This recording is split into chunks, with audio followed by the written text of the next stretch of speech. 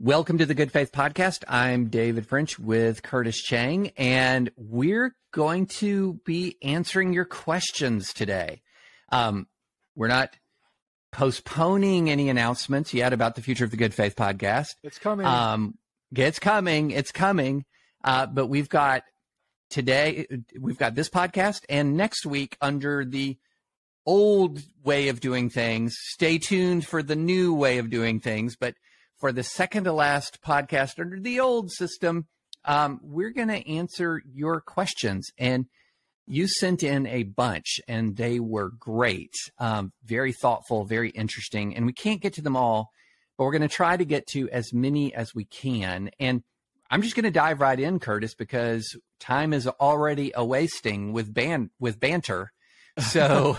I'm not bantered at all. Actually, let me add one element of banter or more caveat here, which is I returned from Germany, not just with thoughts about courage that you can listen to in our previous podcast, but also with a nasty German Uber virus that sends little mucus fingers to tickle my throat in unexpected moments.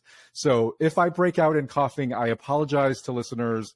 I'm doing my best to manage this. But German viruses, David, you don't want to mess with them. Well, you sound better. I sound better, but it just out of the blue, sometimes I will just start hacking, coughing, and then it'll go away. So caveat aside, that's our banter for the day. Our audience has lots of grace. So yeah, you'll be fine. All right, let's get started. And we actually got several messages along these lines. And in fact, I would say, and I didn't forward them all to you, Curtis, but this was the single most common question that I got. And I've gotten this question, not just in response to inquiries for solicitations for an Ask Us Anything podcast, but I get these questions just in the normal course of my life. And it's just here it is in 2 sentences. Hi, David and Curtis. I have not been attending church for several years and want to start going again. Do you have any advice on selecting a church? And often along that is another addendum that says, and how do I avoid crazy churches? So, Curtis, that one's to you. Okay. There's a reason why you're getting a lot of these questions, because it is reflecting a society-wide phenomenon. We are going through a major disruption in church participation right now. Some of the dynamics that are driving it were in place before the pandemic, but the pandemic has been a great accelerator of that. And just to give you one snapshot of how massive of a disruption this has been, Barna recently reported that in their findings, only 61% of American Christians stuck it out with their church during the pandemic, right? In other words, only 60% of American Christians stayed with the church that they were in before the pandemic and are still stayed with it all the way through the pandemic and are still there. So that is a massive amount of church hopping and stopping. And really it is divided between hopping and stopping. So apparently it seems like what happened is the move to online church made church shopping and hopping a lot easier. And so there was a ton of church sampling, shopping, switching, and so forth. And then it was also a moment and a kind of an opportunity or a forcing mechanism, or I don't know what to call it exactly, but for folks that might have been contemplating stopping going to church, this was the moment that they stopped church entirely. So the way I like to think about it is there was a lot of people checking out of church, both checking out in terms of checking out like a shopper is checking out the offerings on the aisle, and also checking out as in checking out, like entirely leaving church. And just one interesting tidbit, there seems to be a generational split between the hoppers and the stoppers. Millennials, interestingly enough, are most likely to be hoppers. And guess which demographic is most likely to be stoppers, David? Well, is Gen Z old enough to be stoppers, or is it going to be Gen X? It's actually boomers. Boomers are by significant percentage are most likely to be dropouts entirely, 22%, as a matter of fact. So, which is surprising to me to find that out. We'll put the statistics in our show notes from Barna. So clearly this is an issue that many folks, including many of our listeners, are sort of trying to sort through in terms of their church attendance, that they may have stopped all entirely during the pandemic and are trying to think about whether to start entirely, or they're trying to find a different church. So some obvious practical and pastoral advice from me here first. First, I would just encourage folks to be self-aware and self-reflective and pay attention to why you stopped in the first place. Why did you stop either entirely or stop your original church? Because you want to be aware of that. Because when you're looking for a new church, you don't want to, be spending your time getting re-irritated and ignited in your whatever it was that led you to leave in the first place. So pay attention, see if you can name very self-consciously, why did you stop in the first place? And then I would also invite you, secondly, to be self-aware and self-reflective in asking the question, what is stirring in you to want to start now? What is stirring? And I would argue that there's something of the Spirit of God stirring in you, stirring desire in you, such that you want to start going to church again or find a new church. So be attentive and see if you can name precisely what is that desire, because obviously you want to find a church that is strong in that, right? You want to find a church that isn't going to re-irritate you on your sore points, and then is going to meet you at the place of desire. And I especially encourage folks to be talking with trusted friends who you can be really honest, really candid with, because these things sometimes need a thought partner to help diagnose why is it you stopped and what is the desire that you want to kind of meet and that God is stirring in you to meet. So, David, do you have anything to add to those little bits of practical advice? I think those are some really good questions. And I would also then add on a couple of things. One, don't default to big. Great. And the reason why I say that is it actually will be easy for you to go to a mega church. Right. They're almost designed from the ground up for ease of entry. You can go, you can sit in the pew, you can consume the content, and then you can leave. And even the best large churches, and I'm not somebody who's down on by default on mega churches. Some, like anything, sometimes they do it well, sometimes they don't do it well. But even the best ones really have trouble engaging with people and integrating new people into the life of the church, the rhythms of the church. But they are very good at ease of entry. Right. You can go in, you can sit, you can consume, and you can leave. And for some folks, that's a kind of a pretty good way of getting your toe in the water. But if the answer to the question of why do I want to go back to church, if one of your answers is I'm missing community, I'm missing and don't have enough people in my life who really know me and care about me and understand me, then I would encourage you to visit a church that might be smaller, and B, one that is in your community, that is close by, that is connected to your community. And, some of them are not going to be great. As with anything, small isn't always better. Sometimes they're small for a reason. And so, go in with an open mind and realize that there's no one default form of church that's going to be better than another. But I tell you, we've moved a bit in our lives. And so the one place where we've lived the longest, we went to the church that was literally closest to us geographically. It was a small church, small PCA church. It was 1.5 miles from our house. A lot of the folks who went to that church were from that same 5-mile radius. And it was the best church life of our lives. In large part because of the intimacy of the community. And again, no church is perfect. We could tell you stories, but that connection to a community in a small community really made a difference for us. And I could tell you story after story after story how people in that church came through for us in ways that would blow your mind. And we tried to do the same for them. You know, I'm not going to say that we were as good at it as everybody was towards us, but I would encourage you to not by default go where it's sort of like easiest to go. So can I share my personal story on this? So as listeners may know, I used to be a senior pastor of a evangelical covenant church in California here in the Bay Area.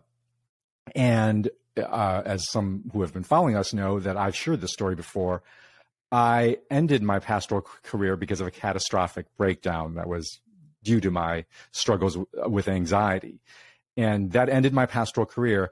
And in a very catastrophic way, and it plunged me both into disability, but also a very dark night of the soul. I was confused, doubting, questioning a bunch of things. During that period, we still went to that church. I mean, the very church that I had to step down from being a pastor. The reason was, one, because that church just did a marvelous job. That church is, by the way, still my church that I'm currently attending.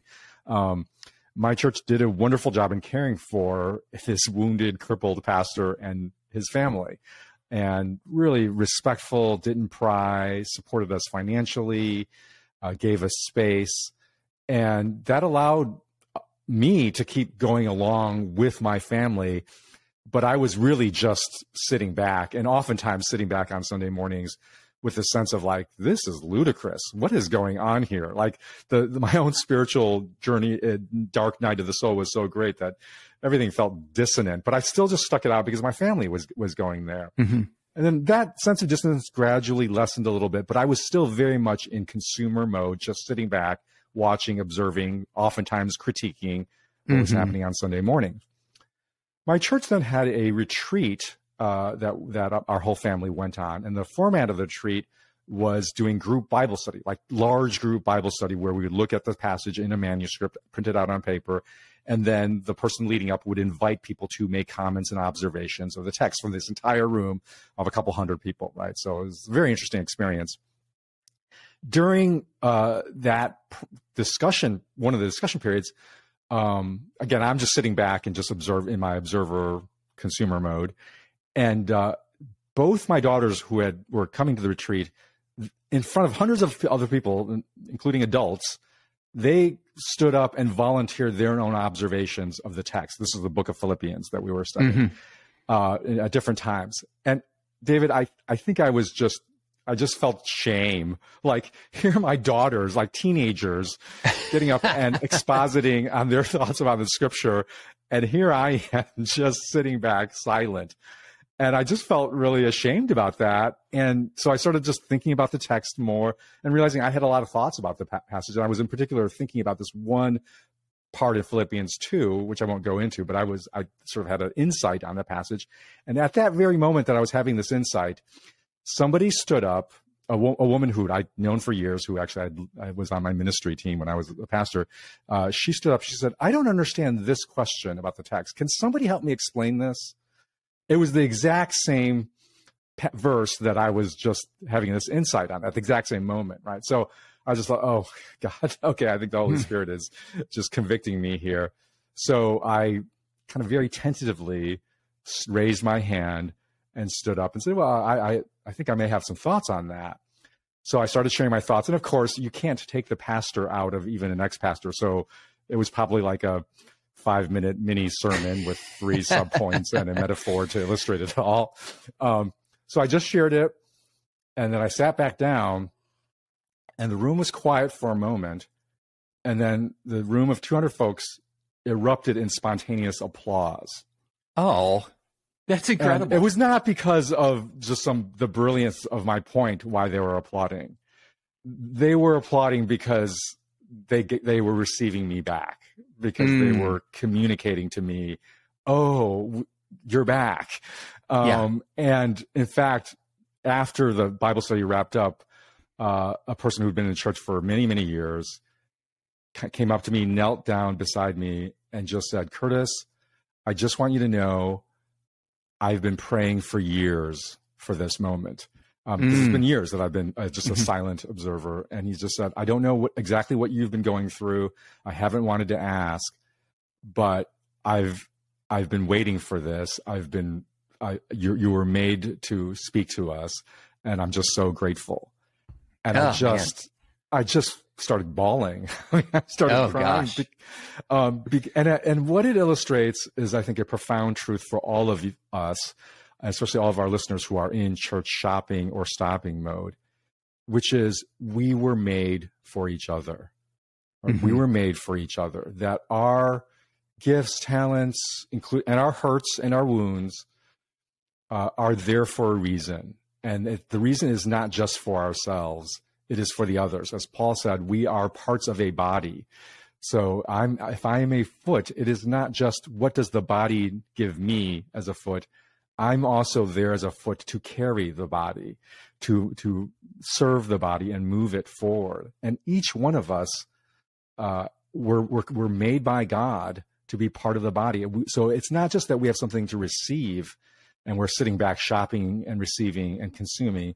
We have something to give, and we're never going to be less than fully human, less than fully the people that God made us to be, until we are giving also what we were meant to give. And when you do that, when you finally re-engage and you start you look for a church that not just is going to be like, oh, this will give me what I need, but you're also looking for a church that you realize, oh, I can give myself to this body. I have something to offer this church. When you do that, David, the angels applaud. Yeah. Yeah. And that's I love that paradigm shift away from what is this church going to give me to what can I give this community? And that's the tip over from being a consumer to being a member of the community, being part of the body. Yeah. And one other super fast thing, we could literally talk about this for the whole hour, but one super fast thing is about, and this is a marker of a healthy church, in my experience, especially a healthy small church, is you're going to feel a little uncomfortable the first time you visit, because they're going to be so happy you're there, and that you're going to be like, leave me. I mean, I don't even know you people. I haven't even heard this pastor. I remember the first time we went to Zion Church, which was our church in Columbia. We got out of the car and we're walking. We only had 2 kids at the time. This is before Naomi, our youngest. And I think we got 5 feet in the parking lot before a guy beelines over to us and shakes our hands, introduces himself to us. And quite frankly, I was like a little annoyed, can I just even get in the door? But it was really symbolic, and that meant something to us. And Nancy, my wife, made it her business to be that person, to make a beeline to new people. And it led to some really funny incidents, because Nancy is this part of like Nancy's, I'm going to be the one who has the lip balm in my purse? Yeah. Or I'm going to always be the one with the mints. Yeah. Yeah. And it led to some funny moments, because Nancy's really is really funny and has some interesting conversational quirks. And we started to get a number of homesteaders in our congregation, people who were like leaving places, urban areas, and moving to rural Tennessee. Yeah. And they were going to like raise goats and sheep and be independent. And we at that time were kind of in our amateur prepping phase for the zombie apocalypse. And so she met one of these homesteader couples and said, "Oh, you're homesteading. Are you getting ready for the apocalypse?" And they got immediately serious and said, "We are not fear-based homesteaders." I will never forget that line. But be prepared for uncomfortable kindness from functioning churches. But that sort of that feeling of discomfort is actually a prelude to a feeling of belonging. Right, because it means they value welcoming new people and they're mobilized. Yes. They may not do it perfectly, as no human institution does, but you know that that's there because of a value, that you actually want to be there. Exactly. Okay, David, I have a question for you, which is, I think, a corollary to the question that we've just asked, because this gets to one, at least one, not all, but one of the reasons that people have been leaving churches. So here's the question.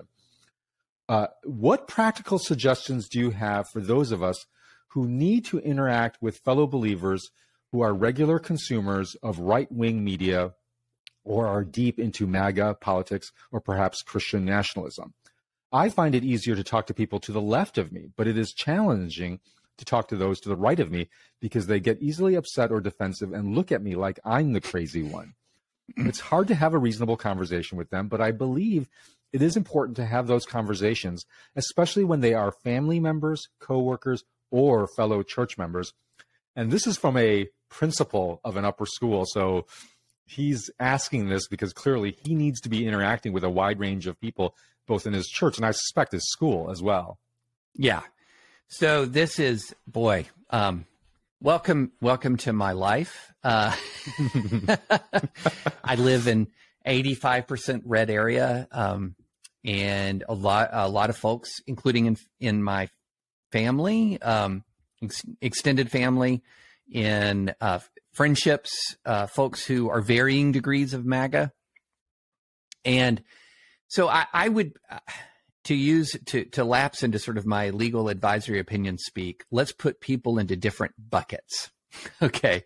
Because I do think that there are some individuals that the better course of action is to just extricate yourself from the conversation with politely, in an amiable way, but extricate. And these are individuals for whom the MAGA verse has sort of become their new religion. And one note that the MAGA verse has become their religion that is really sort of overriding other aspects of their life is if they begin to adopt the kind of aggression and sometimes outright cruelty that marks much of the MAGA world. And often that aggression and cruelty, if it's happening in church, is being cloaked in sort of divine purpose, apocalyptic mindsets and worldviews, and real anger. Different than the zombie apocalypse, that what you were different talking from about, right? zombie apocalypse. And so in many of those circumstances, if you can't sort of steer the conversation away, you really do have to kind of put somebody at arm's length.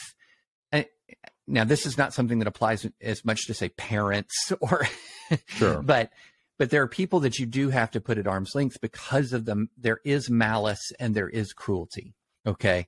And so in that circumstance, I do believe that, you of course do not repay cruelty with cruelty. You do not repay malice with malice.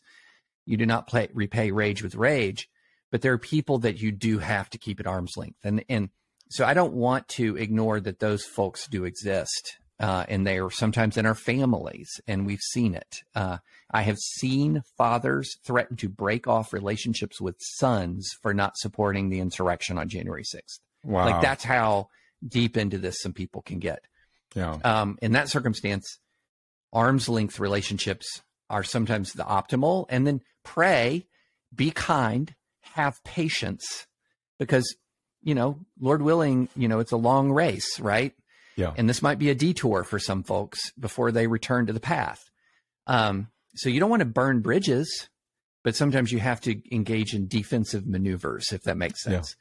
Yeah. So that's one bucket. But here's another bucket, and this is the bucket where an enormous number of people reside, and that is,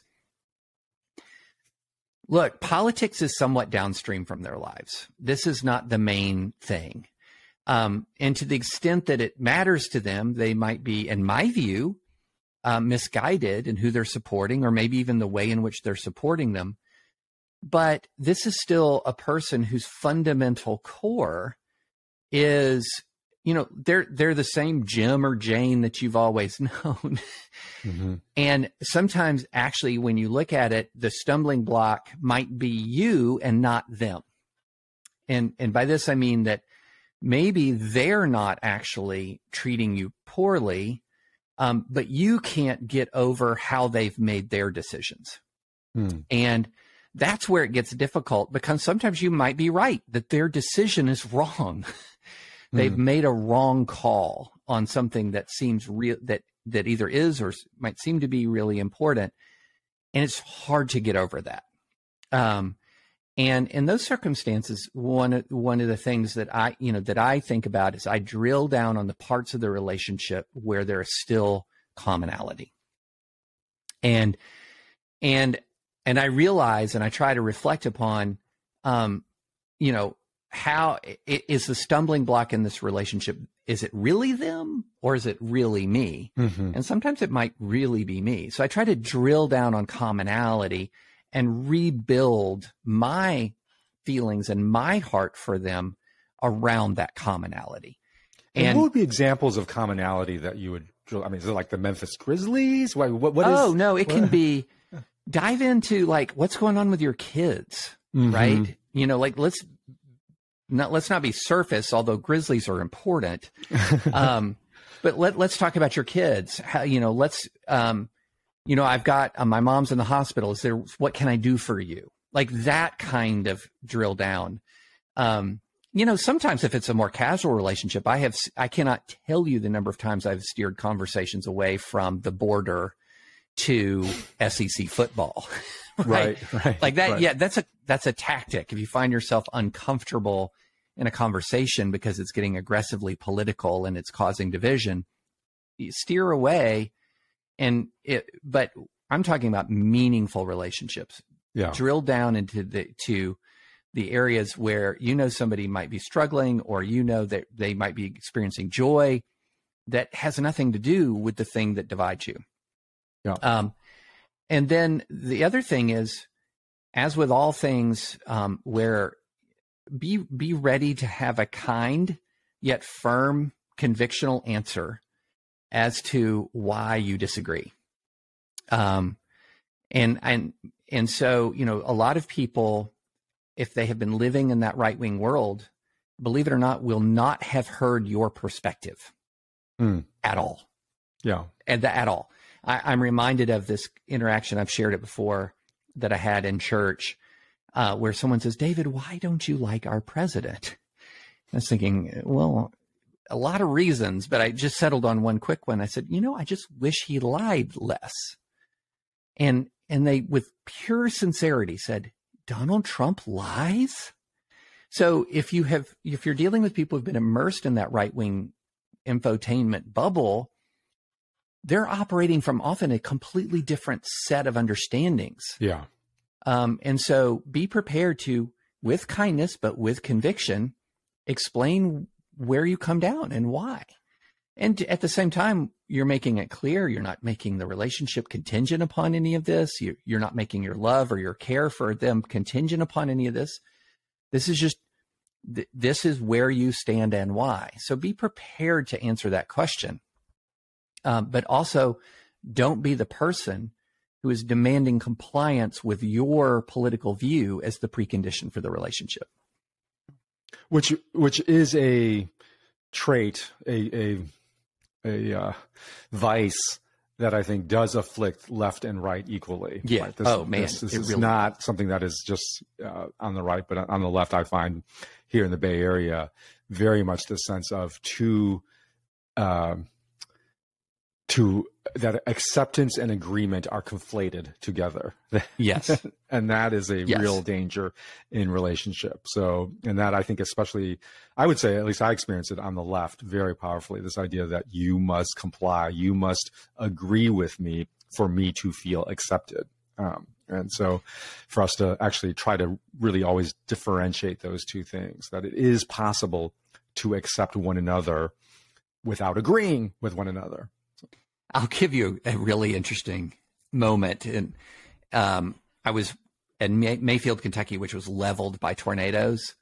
And I was up there volunteering with Samaritan's Purse to try to do what I could. Some friends from college and we went up there to try to do what we could, just, cleaning up. And we had a whole bunch of people from all around the country who were Samaritan's Purse volunteers, and we're all serving there together. And there was just lovely younger mom who was there, and she was getting after it, man. I mean, the amount of work she was doing was unbelievable. And we just started talking, and then we're having a great time. And then she looks at me and goes, I am tired of the deep state sending these tornadoes to punish the red states. And I was like, okay, there's a branching fork in your conversational path, right? Yes. And so should I engage on the idea that tornadoes are summoned by government officials who can manipulate the weather, or should I not? And I realize not, not. Yeah. And because, here's somebody who is taking, and it turns out she'd been there for a week. I was just up there for a day, Curtis. Yeah. She was there for a week. And so what am I going to do? Start lecturing her about conspiracy theories when she's been giving the last week of her life to helping these folks who've been just blasted out of their homes? But, in our hyperpolarized time, you would hear somebody say something wildly off base and you immediately write them off. Like you either got to set them straight or you head and turn in the other direction. Yeah. And no, just don't do that. And the other thing, the last thing on this is always remember this about persuasion. I'm going to go to the elephant and the rider analogy, Curtis. This is Jonathan Haidt's analogy. The rider is that our rational mind, the part that says 2 + 2 = 4, the part that says SEC football is better than all other football conferences, the basic facts. And that's the rider. And we often think of persuasion as talking to the rider. If I communicate to the rational part of your mind, I will change your mind and we'll, go off happily ever after. But Haidt says there's an elephant, and the elephant is everything else. It's your upbringing, it's your relationships, it's your identity, it's everything else. And the way Haidt says it is, if the rider wants to move, but the elephant doesn't, you're not going anywhere. But if the elephant wants to move, the rider is coming along. So when I think of persuasion, I think of it as speaking to the elephant. And how do you speak to the elephant? It's not that you abandon rationality, but you double down on love. You double down on kindness. You double down on relationship. You double down on all of those things that really reach the full core of who a human being is. And this makes intuitive sense. Trial lawyers know that one of the things that you try to do is you try to get the jury to want in their heart to rule for your client. Then you'll backfill the head reasons. Right. And so I think about that a lot in the terms of just normal human interactions. Well, I don't have anything more to add to that set of great insights. So yeah, what's the next question for me here, David? Here's your question. Okay. Dear Curtis, David's arguments often stray from conservative orthodoxy. I find them thought-provoking and well-reasoned, if not always convincing. Oh, so this is why you chose this question, huh? Yeah. He says, not always convincing, but usually. Thank you. However, your arguments, Curtis, never seem to stray from progressive orthodoxy, and therefore I find them less convincing and biased, Curtis. Ouch. Can you tell us what non-progressive stances you have taken on the issues we face today, other than abortion, which I am assuming you have a conservative viewpoint on? Thank you for taking the time to read my question. David, you said this Q&A thing was going to be fun. I added in the Curtis.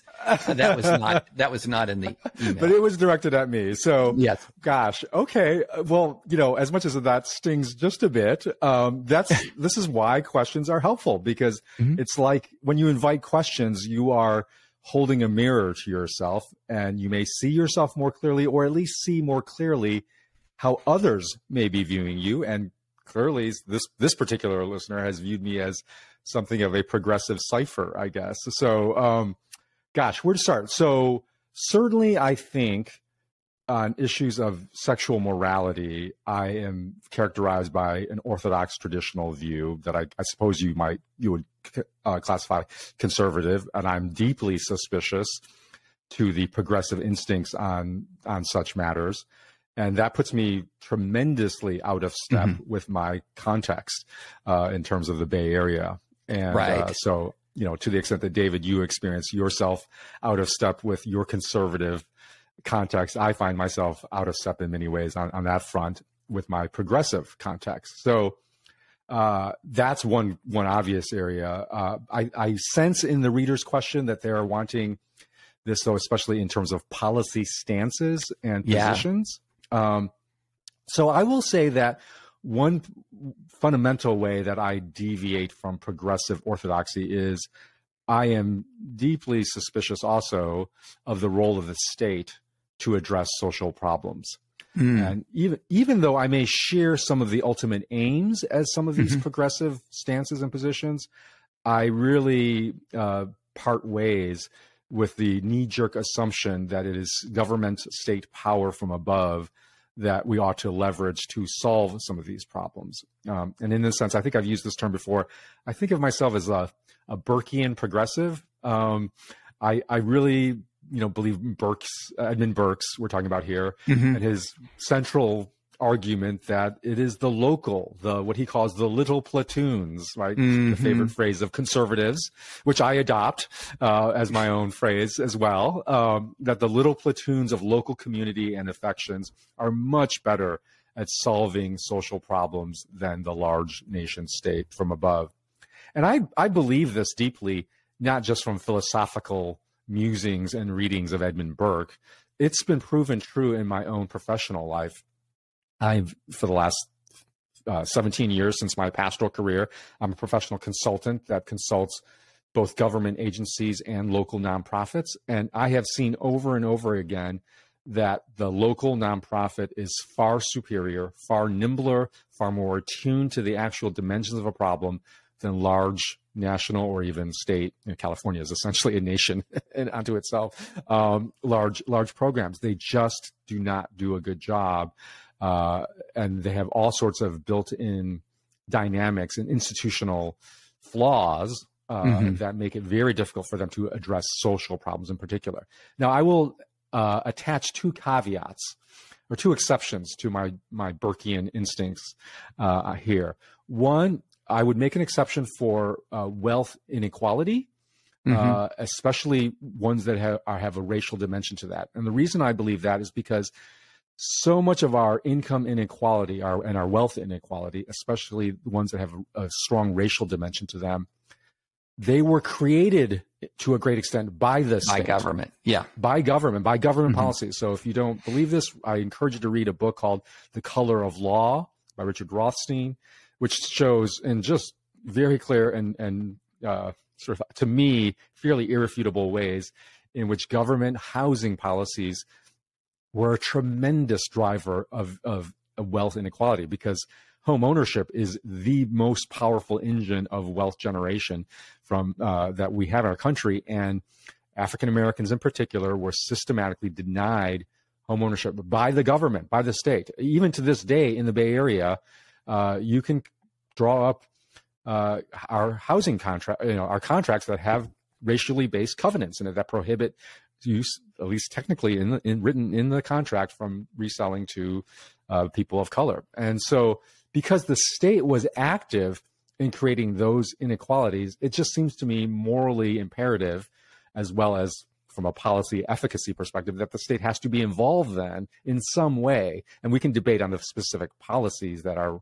more helpful or not, but that to say the state should be exempt from solving a problem that it helped create seems to be illogical. And so I would carve out an exception for that. The other exception I would carve out for is climate change. And this is one that, David, I don't know, we've never talked about this, but I take climate change very seriously. I believe in the science behind it. And this is, to me, is a classic case where my otherwise predisposition to let private actors and let the market try to solve some of the problems, I really part ways, because this is a classic case of what economists call externalities, right? This is where when actors in a market and an economy are incurring costs for others that they themselves do not pay in any way. And climate change is a classic example of this, where you can generate carbon dioxide all you want and incur costs to not only other citizens, but to future generations that you're not paying for. And to correct for market externalities, you need another actor other than the market to correct for that. And I think that is one in which the state has a role to do so. Again, the specific policies you can debate and disagree on, but I would not, I'm not a Burkean when it comes to climate change. Right. So those are some examples, hopefully, that I am not just toadying to the progressive orthodoxy. Well, I have never ever taken you as a doctrinaire progressive. Yeah, I mean, we wouldn't even be doing the podcast if you were a doctrinaire progressive, because I don't find folks who are toe the line on everything for their tribe to be super interesting. Now, people who toe the line on everything to their tribe, they can teach me things sometimes. Often, if you are deeply involved in your own side's positions, you're going to know a lot about those. You're going to know a lot, and you're going to often be able to present the best argument for that toe the line world. But, at the end of the day, I also know that I always keep that a little bit at arm's length, because I don't know that this person has really ever challenged their priors. Right. And so it makes me less apt to find their to find some of their ideas or thoughts authoritative on a topic, if that makes sense. Okay. Okay, I've got one for you. Okay. So this is a question that actually I've been wanting to ask you, but a reader did my job for me. Oh, in great. Asking it for you. So here's the question. How should Christians think about entertainment and play? Why is it even okay to spend time doing activities such as games or movies? How do you go about consuming entertainment in a healthy way, especially when the content can be a bit violent, sexual, or mystical? David, you are one of my go-to sources for consuming movies. I don't watch a ton of movies or TV, and you and Nancy are like my go-to, because you guys watch a meaningful bit of TV and movies, and you do that. And you're also one of my friends who is an avid gamer of gaming that, let's face it, has some violent dimensions to the the online games that you play. So, David, explain, how should Christians think about entertainment and play? Yeah, this is a really great question. And just to tell you, I'm not going to hold myself out as the person who's most balanced on this, because I really like entertainment and games and sport. I really like it a lot. In fact, we should put this in show notes, but Nancy did and has an epic thread of pop culture that we have consumed together over the last few years. And it is now up to 41 television series. Oh my gosh. That we have watched in totality. And all the seasons, all the episodes. All the seasons, all the episodes. Okay.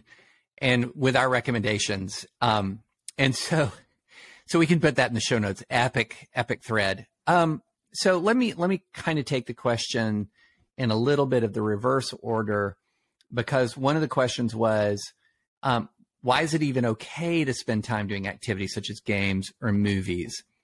And I think one of the answer to that is, I think that joy is good, for lack of a better explanation. Think about this with if you're a parent and you see your child happy, they're playing, they're having fun. It warms, unless you have a heart of granite, it absolutely warms your heart. To hear that laughter, to see that play, and it warms your heart because you realize that this is, as a parent who loves their child, you want to see your child experience joy. And I think of our Heavenly Father as a parent who wants to see his children experience joy. And so I think joy has its own value. Now, as with all things in this fallen world, the quest for joy can unlock darkness. Or the quest for joy can be all-consuming. I just want to be happy. That's just what I want. I want to be happy. But when joy is a part of your purpose, not your purpose, but a part of your purpose, I think it actually enables flourishing in the other areas of life that other people might see as more valuable, like your service, to give you when one of the times in my life when I was most consumed with service was my year-long deployment to Iraq. And I have to tell you, Curtis, we couldn't make it through without joy. Yeah. We couldn't make it through without finding ways to find some joy in life, even in that very, very, very dark place, in that very, very dark time. So I think joy is kind of like oxygen. It's like air. Yeah. We kind of need it. So well, that year, I remember you telling me one of the things that got you through was setting up a satellite link so that you could actually play World of Warcraft and play World of Warcraft together as a platoon. Yeah. So I think joy is an important part of life. It's not the chief end of man, but it's an important part of life. So then what about entertainment? And this is the thing. Number one, I do not think we should approach entertainment from a fear-based perspective. I tend to think that we are the primary threat to ourselves. And so it's how does I put a comparison like this. There is entertainment that exists that can unlock darkness in you. And sometimes you don't know what that entertainment is until you see it or you experience it. There are some kinds of violent entertainment that might unlock something dark in you. There's sexualized entertainment. And by the way, I think there is no place for pornography, period, in this structure. No place for it. But there's other kinds of entertainment that might contain sexual elements to it that really unlock something dark in you. And I compare it to, there are some folks who can have a glass of bourbon and it's fine. There are some folks who they better not get near a glass of bourbon. Maybe, they have alcoholism that has plagued them during their life. There is we have different predispositions, I think, towards sin. And so what is it that unlocks that darkness? Beware. Be very careful about that. But don't presume that something that unlocks that darkness in you is something that unlocks darkness in everybody. In much the same way that a glass of bourbon might be very dangerous for Bob, but it's not for Jim. And so I tend to think of it as you've got to know your vulnerabilities. You've got to know your weaknesses. And for some folks, and this has been more my weakness, I would say, is I just like having fun a lot. And so World of Warcraft, yes. Going to a Grizzlies game, yes. Going to Avatar 2 on IMAX, that's on the list. And so sometimes it's just tell me, David, you're not going to go to Avatar 2 dressed as one of the characters. No. I'm not serious enough. I have done that, not for Avatar, but no, for me, the issue isn't does watching Game of Thrones change my heart. It's more like I'll stay up too late watching, that's sort of, but I do think that there is an important truth here, which is if you're approaching the world in the sense that everything about it is like the third rail with the subway, and that all of this is going to corrupt you. I got news for you. You've already corrupted you. And it's not like you're some pristine entity, but for your exposure to the world, no, sorry. That's just not the way it is. I like that answer. I'll add to that metaphor that you can't approach entertainment and play like it's a third rail. Absolutely true, that you just avoid it all costs. But you also can't approach it as a electric socket outlet that you can just plug into thoughtlessly and just assume you will not be affected. You're just drawing what you want out of it, and you're not being formed by it. That there's more going on than just it's a thing that you can master and control and modulate. That I do think you need to strike the balance between avoiding it, but at the same time also not being attentive and aware to how this experience of entertainment or play is actually forming you. So there absolutely needs to be some self-reflective, self-aware element to say at the end of this binge of gaming or movie, how am I as a being? Am I healthier or less healthy at this moment? Have I gotten addicted? Am I worked up? As I have been aroused in unhealthy fashions? I think it's important to do that regular self-evaluation, because every experience, everything we take in, forms us. There's an actual spiritual formation process going on.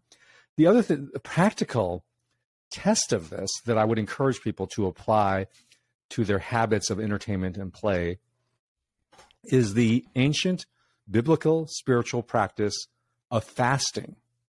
And I've been thinking a lot about this because of a great book on fasting called by Scott McKnight that I highly recommend. But one of the reasons why we are regularly enjoined to fast, in particular fast from food, is precisely because of this dynamic you're talking about, David, that it is a joy. Food is a great joy and a blessing to us. But like you said, the pursuit of that joy can lead us into darkness. It can lead us into addiction, into gluttony, into obesity, into all of that, right? So how do you test when it's swinging into that? How do you know that you're on the right balance between this being a third rail and being an electric socket? Well, one of the ways you do that is by periodically fasting from it. Because if that will reveal, if the very thought of abstaining from this entertainment or from this gaming or from this food for some period of time is utterly incomprehensible. You can't even entertain that. That's a warning sign, right? And when you do fast from it, you're given the opportunity to do more deeper self-diagnosis. You'll see, oh my gosh, like when I fast from food, I realize, oh my gosh, I go to food so quickly to numb any sense of discomfort I have in the world. And that's a problem, right? When we look to food as a numbing mechanism, in the same way that entertainment and play can actually have that kind of unhelpful forming effect. And fasting is a proven, wonderful, I think, although difficult and challenging, diagnostic routine for us. Yeah, I think that's great advice. I'm just not ready to fast today, Curtis. Okay. No, that's because there's really, a big Grizzlies game on. So yeah, that's really. I think that's really good advice and your ability to fast is a great test of whether this has become something that you've grown dependent upon or has unlocked an unhealthy dependence or is creating or spawning something unhealthy within you. And I also, that's a great, that you have to be self-aware. You have to be able to say to yourself, what is it? Is this something that is causing me, say, to think in a particular way? Is this something that is alienating me from other people? Is this something that is, stirring up all kinds of dark thoughts? Those kinds, you have to be self-aware. You have to be, but at the same time, you can't sit there and treat yourself like, well, I'm going to, what the entertainment world is the thing that is going to corrupt what is otherwise pure. Yeah, that's right. All right. So this is an interesting question. Pretend that you had to move to the other's current hometown. Now, just as a bit of background, I live in very red America, and Curtis lives in very blue America. We do not live in swing states. We do not live in swing districts. Very red, very blue. So, David, what would you tell Curtis about navigating in Central and Middle Tennessee? And Curtis, what would you tell David about Silicon Valley? What would you warn them about, and what would you tell them to seek out? So let me start with you, Curtis. What would you tell me if I'm moving to San Jose? This is a great question for the reader who came up with this one. So I thought about this, and I adopted a biblical lens, a biblical and ancient lens on this question, which is the ancients and also the biblical sort of worldview, including Paul, when they would want to discern the spiritual essence of a locale, they would pay attention to its local gods. Mm-hmm. The polis was defined by the gods that the polis worshipped. that told you something about the essence of this polis, of this particular community. And you see this evidence in scripture, right? This is why in Acts 17, Paul, when he visits Athens, is going on a tour of the sites of its idols, including the site of the unknown God, and actually delivers a message based on that, his observation and analysis of that God. So I thought, okay, if I were to give David a tour that got to the essence of Silicon Valley, what would those gods be? And I thought of two gods that I think rule Silicon Valley. One, which is Mammon. And our friend Andy Crouch has, in a past podcast, talked a lot about the god of Mammon. And the god Seems of to be Mammon... God here too, Curtis. Okay, all right. But the god of Mammon in Silicon Valley, I think, has a particular shape to it. Like, for instance, the god of Mammon in Silicon Valley takes a different shape than, say, how it would be expressed in Beverly Hills or Las Vegas or maybe Middle Tennessee. I don't know. But it's, for instance, at least in comparison to Beverly Hills or Las Vegas, it is more subtle. It is less crass. It less displays itself in very visible ways, and therefore, in some ways, is actually more powerful as a result because it is so cloaked. So there is tremendous wealth in Silicon Valley, tremendous wealth, but it's a wealth that has very much been developed very recently, and in ways that convey to the wealthy, you earn this. Because it's money created by startups, by IPOs, by stock options, that you can more easily trace to, oh, this is because I'm a incredibly smart, accomplished person. This Mammon whispers into your ear, you are powerful, you are a god. And the deception and the lie is actually Mammon is the real God, but it's cloaking itself by telling you you're the God that actually created Mammon, right? And when in reality, Mammon is subtly forming and creating the people here in Silicon Valley. And it's very subtle because Silicon Valley does not display wealth in very ostentatious ways, but you see it permeated in the sense of godlike behavior of people who have made a lot of money, that they think, I see this all the time when wealthy people enter philanthropy and enter my space, the social sector, is they believe they have godlike knowledge over entire swaths of knowledge in areas that they have no prior experience in. But because they made their money in technology, they know how this should work in anti-poverty affiliation or affordable housing and so forth. The number of Silicon Valley voices talking about the Russia-Ukraine war is one of the more irritating phenomenon online. Like, yes, you're a programmer, dude. Like, good on you making all your money, but anyway, go ahead. Yes, no, but that's the god of Mammon whispering to people, you are a god because, I am on your side. Related to the god of Mammon, I would say there's this god that I would name the god of technique. And by technique, I'm referring to a phrase that the French philosopher Jacques Ellul coined to connotate this elevation, this idolatry of control, of this idea that human beings can have a technique to master any social problem or any world problem. And it's just a matter of refining and mastering and finding the right technique. And you have to understand that Silicon Valley at its heart is a culture of engineers. This was a place built by engineers. The wealth is made primarily on the backs of engineers, or engineers who themselves end up starting their own companies.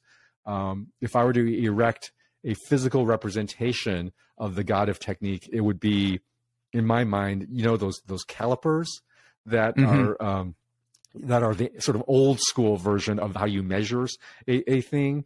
That caliper-like mentality that any problem we can measure, master, and devise and draw up a solution to is very powerful here in Silicon Valley. The engineer is the priest of the idol of technique here in Silicon Valley. And as a result, it actually, I think, has a narrowing and a impoverishment of the human experience in Silicon Valley. There's many things I love about the Bay Area and Silicon Valley. I would say actually, for how much it touts itself as the birthplace of innovation and and smarts and solutions and so forth like that. It's actually culturally a very narrow place because it's dominated by technique. So anything that does not, any field of life that can't be reduced to technique, to measurement, control, and optimization, falls a little bit by the wayside. All right. So I've lived in Boston for many years before coming here, and I would say the cultural richness of Boston, even though it is a fraction of the size and a fraction of its wealth generation impact in the world, has a far richer cultural life because the god of technique does not rule Boston nearly as strong as it does here. And so arts, literature, humanities, there's much more richness in a place like Boston than in Silicon Valley, which has actually a quite narrow range of focus and interest. Interesting. That's interesting. I love that framing you talked about that the god is money, but because the way they made it, they view themselves. Yeah, that's fascinating. I mean, I think there's an element to that almost universally when you encounter self-made millionaires, self-made people who've been incredibly successful through their own, the sweat of their own brow. But so in the South, okay. Yeah, guide me to Tennessee here. So here's what I'm going to say about the South. It is the oldest place in America. Okay, and here's what I mean by that. I don't mean oldest settlements, although Jamestown is the oldest, English-speaking settlement, and that's in Virginia. And no, the Northeast, Boston, that's where American, that sort of the North American colonial civilization really sort of sprouted more. But what I mean by it is there was a long time, and it still might be true, that the South was the only region of the country where the majority of the residents could trace their ancestry back to the founding of the country. In other words, the South is the region most connected to the core historical stream of American life. Yeah. In a negative way. Okay. So why is it that the South had developed and Faulkner said in the South, the past isn't even the past, right? So why is that? Well, the particular malady of the South, that unbelievable racial discrimination, meant that for a long time, the South was a place kind of all on its own. And the waves of immigration that fundamentally changed the big cities of the Northeast, the waves of immigration that put, sort of like, you have these Norwegian or Scandinavian communities in the upper Midwest and all of this stuff, it all passed by the South. Why? Because we were a backwater. People didn't want to come here. And so you'll come to a place that is really still very deeply shaped by those historic tidal forces. And you often don't recognize it because it's hidden behind gleaming new cities. It's hidden behind a lot of economic growth. It's hidden behind a lot of marketing of the South. I remember when Atlanta called itself the city too busy to hate. But what is still here? What is still here is a shame honor culture.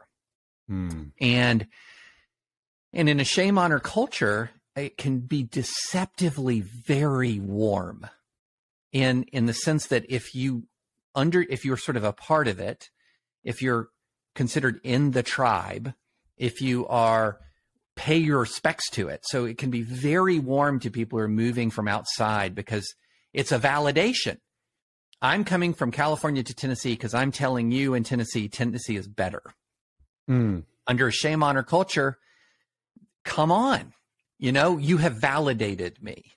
By coming here, moving here, you have validated the superiority of our way of living and our way of life. And so it can feel super warm to a new transplant.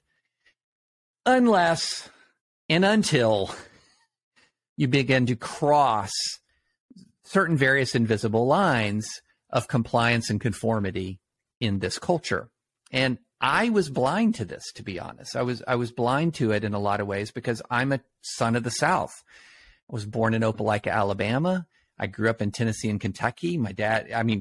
I've lived in Alabama, Louisiana, Tennessee, and Kentucky in the South in my life.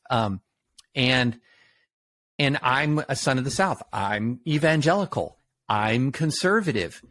I'm a veteran. I mean, like, you talk about checking every box for that warm, lovable embrace. I checked them until August of 2015. And then all of a sudden, everything changed. Everything changed for my family. Everything changed for me. And all of a sudden, I was seen as a source of disrespect. I will never forget going to a meeting of Southern Baptist pastors. And this was right after the 2016 election. And they were asking me about my opposition to Trump. And I explained it. And I thought we were having this really super collegial conversation. And one of the pastors rather angrily confronted me over my elitism and disrespect. And I thought, elitism and disrespect? I'm just disagreeing. But what I had done is I'd unlocked the shame cycle of the shame honor culture, and that I was being seen as disrespectful, as elitist, as condescending. And that is what's going to unlock an awful lot of anger. Yeah. That's so I've got to ask a follow-up question to that. So David, what does the fact that you're moving to the New York Times do to this dynamic? I mean, does it not touch on this very sense of betrayal, a cultural betrayal, that you're going to this elitist East Coast institution, that the son of the South is now even further the cultural betrayal? So funny you asked that, because I just recorded an episode of the Holy Post podcast, and Sky Jitani asked me about the right-wing reaction, which a huge amount of it was centered around my alleged elitism. You're an elitist. You're a grifting elitist who just craves the approval of this sort of Beltway, Acela quarter left elite. And that argument, that phrasing of elitism is poison, and especially where I come from in the South. Now, the very urban South is going to be different. But, my experience is suburban, exurban, rural. And that's just poison, Yeah. And, when you grow up in the South, you grow up with a chip on your shoulder in some ways. It's hard. And it's insidious.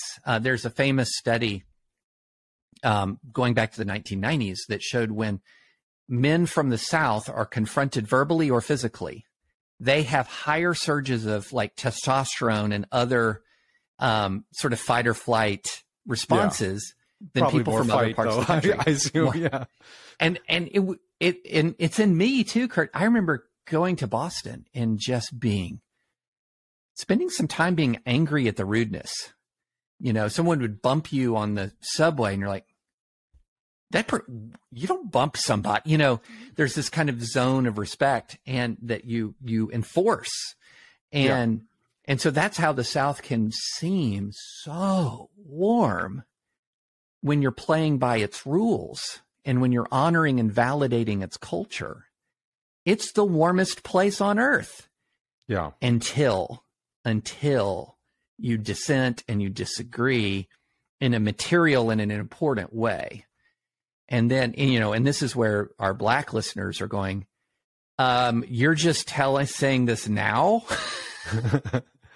And you're explaining it, just to be clear, you're explaining the white Southern cultural, right. Like you're giving me the tour of a cultural slice of the South that would be, if you were Black or, another person of color would have a different account of what the South is like. Well, yeah. I mean, long time Black residents of the South would say any warmth that we've experienced in the South is a relatively new thing. So where have you been, buddy? It would be one of the responses. But I do think understanding the shame honor culture would be a key part of the move. And you don't even know it's there until you cross the line. Yeah. So interesting. I've been doing some reading on just the history of dueling and how much dueling is a part of the shame honor culture. It's a way to preserve your honor and protect yourself from shame. And how deeply embedded dueling was in the South, especially. And it seems like those deep cultural traditions of, if somebody bumps you back in the day, back in the aristocratic South plantation, if somebody bumped you, that was like a cause for a duel, right? And so that tradition seems to live on, except just the duels now are conducted by Twitter flames and other sorts of online violence. So funny that you said that about dueling. And I'll close with this, that is like, this is a perfect representation of what I'm talking about. So when I became an attorney in Kentucky, I was a member of the bar in Kentucky and Tennessee. This was so you did your normal, I will support the Constitution of the United States and the Constitution of the Commonwealth and be faithful and true to the Commonwealth of Kentucky so long as I continue to be a citizen thereof, and I'll faithfully execute blah, blah, blah, the laws, etc. And then it says, I had to say this, I, being a citizen of this state, have not fought a duel with deadly weapons within the state, nor out of it, nor have I sent or accepted a challenge to fight a duel with deadly weapons, nor have I acted as second in carrying a challenge, nor aided or assisted any person thus offending, so help me God. So, well, I'm glad you were able to swear to that oath with integrity there, David. Well, the key was with deadly weapons. Okay. Yeah. Well, this was fun. We have to do this again. And we didn't even get to all of the great questions, but this unlocked a lot of great insight and thinking, at least on my part and on yours as well. Yeah, I really enjoyed this. This was great fun. And again, stay tuned. We're going to be announcing more about the future of this podcast. And in the meantime, thanks for tuning in. Please rate us. Please subscribe. Please check out Curtis's work at redeemingbabel.org and mine at thedispatch.com, soon to be the New York Times. So thank you. And we will be back again with the last good faith in the present iteration next week.